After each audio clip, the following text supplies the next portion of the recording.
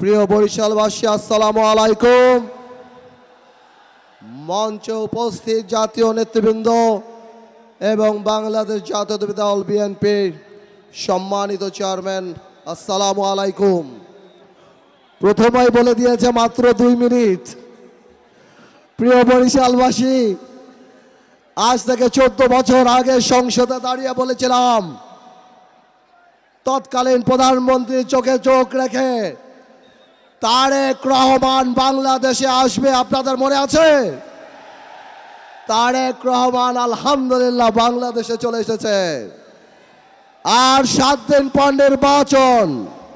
নির্বাচন ইনশাআল্লাহ বাংলাদেশের যতগুলি পাবলিক মিটিং জনসভায় দেখলাম তারেক রহমান ইতিমধ্যেই বাংলাদেশের মানুষের হৃদয়ের প্রধানমন্ত্রী হয়ে গিয়েছে ইনশাআল্লাহ।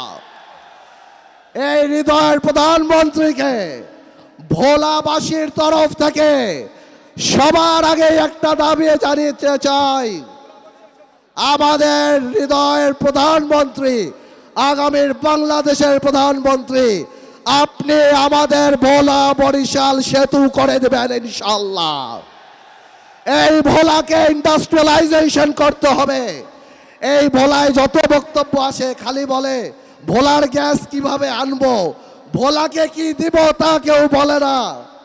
আপনার কাছে বলতে চাই, ইনশাআল্লাহ যেভাবে গণতন্ত্রের পক্ষে ছিলাম, যেভাবে জাতীয়তাবাদী শক্তির পক্ষে ছিলাম, আপনি ভোলার মেডিকেল কলেজ আর ভোলার বরিশাল সেতুটা করে দেন।